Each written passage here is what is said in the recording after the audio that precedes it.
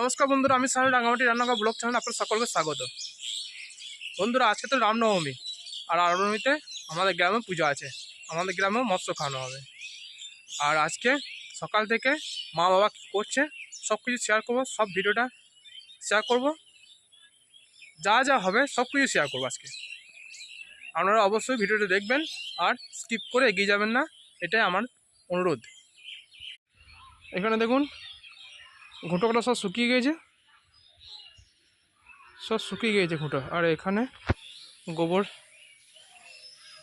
সার করে রাখা হয়েছে, সব ঘুঁটো দেওয়া হবে। এবার চলুন, এই দেখুন মা কে করছে, চলুন দেখে নি মা কি করছে। কি করবে?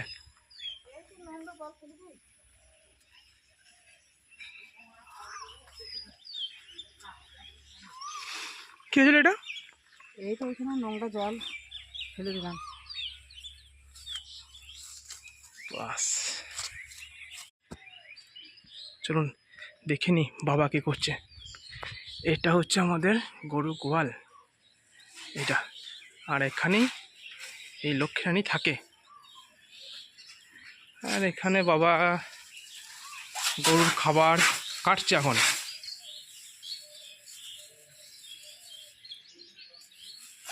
কাটছে দেখুন। আমাদের ঘরে কিন্তু মেশিন নেই, আমাদের ঘরে হাতে বটির মাধ্যমে কাটা হয়। আমাদের ঘরে মেশিন নেই, যত খড় লাগে সব এরকমই কাটা হয়, তাই তো বাবা? বটি দিয়ে আমি মাঝে মাঝে হাতও কেটে যায়, আঙুল কেটে যায় মাঝে মাঝে। খড় কাটতে গিয়ে হাতও কাটে, বটি তো, ও তো মেশিন নয়। এবার ঠিক থাকে না অনেক সময়, যদি হাত ঠিক থাকে তাহলে হাত কাটবে না, আর যদি হাত বটির লাইনে চলে আসে তাহলে হাতটা কেটে যাবে। আর এখানে লক্ষ্মী রানী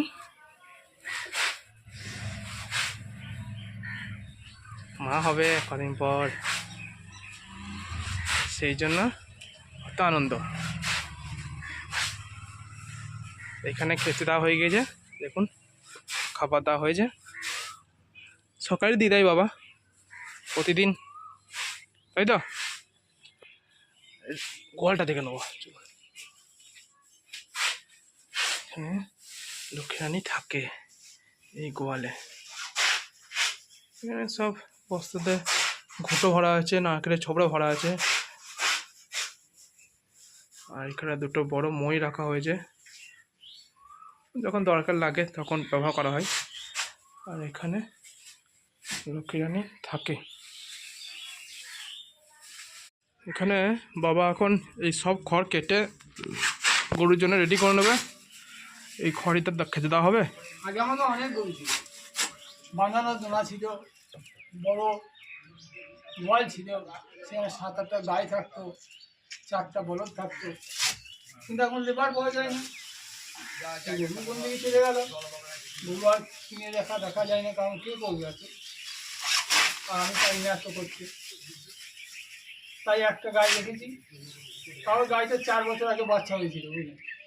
4 বছর পরে আবার হলে ধৈর্য ধরে ওকে রেখে দিয়েছি, যে তো ও দুধ দেয়, অনেকটা দুধ দেয়, তাই জন্য ওকে আমি বিক্রি করি না। আর এই বাচ্চা হবে আবার নতুন আসতে চলেছে, কবে আসছে দেখতে আবার, সেদিন আসবে সেদিন আমি আবার জানাবো। প্রতিদিন সকালে এটাই কাজ, লক্ষ্মীর জন্য খাবার করা। আগে লক্ষ্মী, তারপরে নিজে। মা এখন ঘর নিকুচ্ছে, আর এদিকে বাসন সব রেডি করে নিয়েছে, মাছ দিয়ে নিয়ে যাবে, তাই তো? পুকুর যাবে, ঘর সব পোছা হয়ে গেল। দেখুন এখানে সব নিকোনো হয়ে গেছে, আর ঘরও পোঁচা হয়ে গেছে। দাদা চললো কাজে, আর মা করছে কাজ, আর আমি যাব কাজে। কোথায় যাব? নার্সারিতে। চলুন আজকে নার্সারিতে গাছ বসানো হবে, দেখবেন। সকাল থেকে সূর্যের খুব তাপ, আমি তো এখন নার্সারিতে যাচ্ছি। যে পরিমাণে তাপ বাড়ছে সকাল থেকে, তাপ বাড়ছে, মনে হচ্ছে 11টা-12টা যখন বাজবে তখন আর খালি মাথায় আর রাস্তায় হাঁটা যাবে না, মাথায় টুপি নিতে হবে অথবা ছাতা নিতে হবে। নার্সারি সাজানোর জন্য কিছু গাছ লাগাবো ভাবলাম, সেই জন্য বাগানের বাউন্ডারি সাইডে দেবদারু গাছ লাগাবো। চলুন জায়গাটা দেখিনি আমরা। দেখুন এখানে আমি দেবদারু গাছ লাগাবো। বাউন্ডারি এই সাইডে কিছু গাছ লাগানো হয়েছিল আগে, সব গাছ বাঁচেনি, আর কিছু গাছ বেঁচেছে। এবার আমি এই সাইডে একটা জায়গা ফাঁকা আছে, এখানে আমি গর্ত করতে শুরু করেছি। দেখুন ঘাসগুলো পরিষ্কার করছি, ঘাসগুলো পরিষ্কার করে গর্ত করতে শুরু করেছি। এই গর্ততে আমি দেবদারু গাছ লাগিয়ে দেবো। দেবদারু বসানোর জন্য আমি 6টা গর্ত করে নিয়েছি। গর্ততে আমি প্রথমে সার মাটি কিছু দেবো না, সার দেবো না। গাছ বসানোর পরে গাছ যখন বাড়তে লাগবে তারপর আমি সার দেবো। দেখুন প্রায় 1.5 foot by 2 foot, 1.5 foot by 2 foot করে আমি গর্ত করে নিয়েছি। 6টা গর্ত। যা গরম আর যা সূর্যের তাপ, একদম ঘেমে গিয়েছি আর গেঞ্জিটা ভিজে গিয়েছে। এবার দেবদারু নিয়ে চলে আসবো। দেবদারু আছে আমার, অনেক দেবদারু আছে, প্রায় 2 ফুট, 2.5 ফুট, 3 ফুট গাছের হাইট। গাছ নিয়ে এসে এবার বসিয়ে দেবো। এখানে আমার দেবদারু গাছ রাখা আছে একদম ছাওয়াতে। দেখুন উপরে তাল গাছ আছে, তাল গাছের ছাওয়াতে গাছ রাখা আছে, বেশি নেই। এখান থেকে আমি গাছগুলো বেছে নেবো। 2 ফুট সাইজের গাছ এখান থেকে বেছে নেবো, সেই 2 ফুট সাইজের গাছ আমি ওখানে বসাবো। এই 6টা গাছ আমি নিয়ে চলে এসেছি। আর গাছের প্যাকেট দেখুন, এই প্যাকেটটা একবারে কেটে বেরিয়ে গেছে। গাছটাতে একবারে শেকড় নেই, নিয়ে আসার সময় মাত্র বুঝতে পারিনি এই গাছটা এরকম ছেড়ে যাবে, প্যাকেট থেকে বেরিয়ে চলে আসবে। তবে আমি আবার একটা গাছ নিয়ে আসবো, সেই গাছটা বসাবো। আর এখানে 5টা গাছ ঠিক আছে, 5টা গাছ আমি প্রথমে বসিয়ে নেবো, তারপর আমি একটা গাছ নিয়ে বসিয়ে দেবো। প্রথমে আমি প্রত্যেকটা গাছের প্যাকেট ছাড়িয়ে নেবো। দেখুন প্যাকেটটা একবারে নষ্ট হয়ে গিয়েছে, অনেক দিনকার প্যাকেট, তো অনেক দিন ধরে প্যাকেট করা হয়েছিল গাছগুলা, তারপর আস্তে আস্তে নিজেরাই নষ্ট হচ্ছে। দেখুন ঠিক এরকম হয়, প্রত্যেকটা প্যাকেট আমি ছাড়িয়ে নেবো, নিয়ে বসিয়ে দেবো মাটিতে। গাছগুলো বসিয়ে এখন জল দিতে শুরু করে দিয়েছি। একদম চুবিয়ে জল দেবো, ডুবিয়ে, তবে গাছটা ঠিকঠাক মতো লাগবে।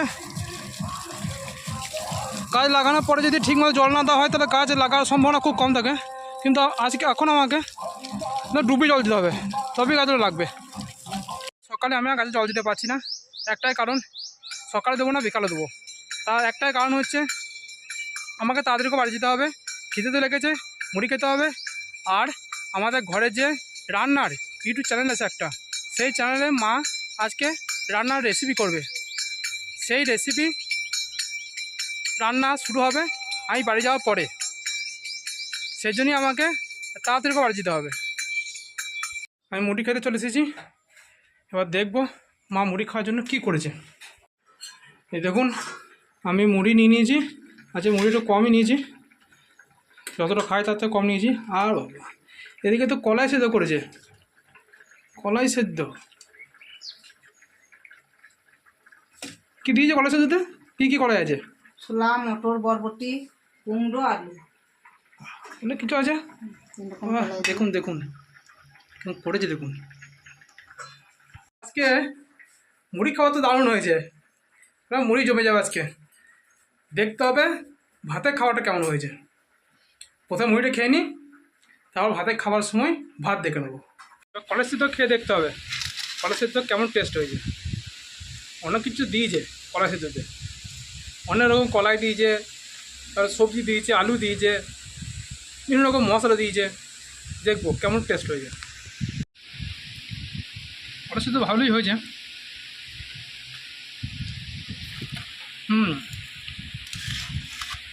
ভালোই হয়েছে। এবার মুড়ি দেওয়া খাই, হ্যাঁ পেটে খিদে মেটাতে হবে আগে।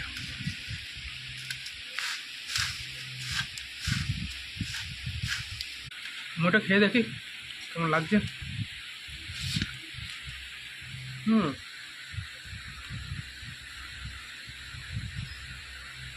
ঠিক আছে, টেস্ট ঠিক আছে আর লবণও ঠিক আছে, একদম পারফেক্ট। এবার পেট পুজোটা করে নিই। তরকারিটা দারুণ হয়েছে, মুড়ি খাওয়া কটা সেদ্ধটা দারুণ লাগলো। মাকে বললাম আবার দিতে, মা দেবে বলছে। দেখুন মা দিতে এসেছে। যা ভালো লাগবে তার 2 বাটি চাই, তখন আর 1 বাটিতে হবে না। ভালো জিনিস একবার হলে হবে, বেশি করেই খেতে হবে, তাই তো? যেটা ভালো লাগবে সেটা বেশি করে খেতে হবে, আর যেটা খারাপ লাগবে সেটা কম খেতে হবে,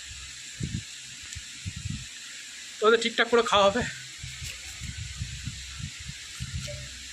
আমাদের কড়াই শুধু দারুণ লাগলো।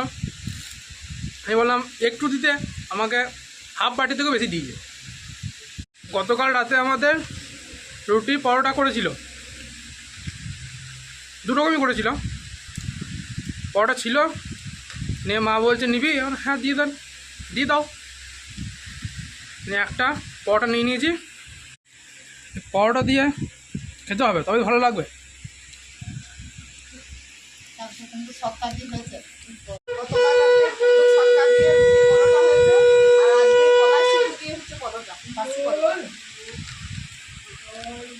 ঘরে পুজো হয়ে গেল, বাবা হচ্ছে পূজারি। এ দেখুন পূজারি, পুজো হয়ে গেল। আর আমি কলেজে যদি আজকে পরোটা খাচ্ছি, গতকাল খেয়েছি কুমড়োর ছক্কা দিয়ে। কুমড়োর ছক্কা যেমন লেগেছে, আচ্ছা কলা সেদ্ধও ভালোই লাগছে। খাওয়া দাওয়া যদি এরকম না হয় তাহলে কী করে হবে? আমার তো পেট পুজো হয়ে গেল। যদি এই রোদে মাটি কাজ করার পরে যদি ঠিকঠাক করে খাবার না থাকে, তাহলে কিন্তু খুব চাপের আছে। তাহলে খাবার যদি ভালো হয়, তাহলে মাটির কাজ অবশ্যই ভালো করে করা যাবে। এই গরমে মাটি কাজ করা খুব কঠিন হয়, খুব কষ্টের হয়। আপনারা সবই দেখলেন আমি কীভাবে কাজ করছিলাম, আর রোদের মধ্যেই কাজ করছিলাম। এই প্রখর রোদ, তারপরে ফাঁকাতে কাজ করা খুব কষ্টের। পেট পুজি ভালো হয় তবে সবই ঠিক আছে। বন্ধুরা, আজকে ভিডিওটা আপনার যদি ভালো লেগে থাকে অবশ্যই লাইক, শেয়ার আর সাবস্ক্রাইবটা করে দিন। অবশ্যই কমেন্ট করে জানাবেন আপনাদের কেমন লাগলো। আজকের মতো টাটা, আবার সামনে ব্লগে আপনার সঙ্গে দেখা হচ্ছে।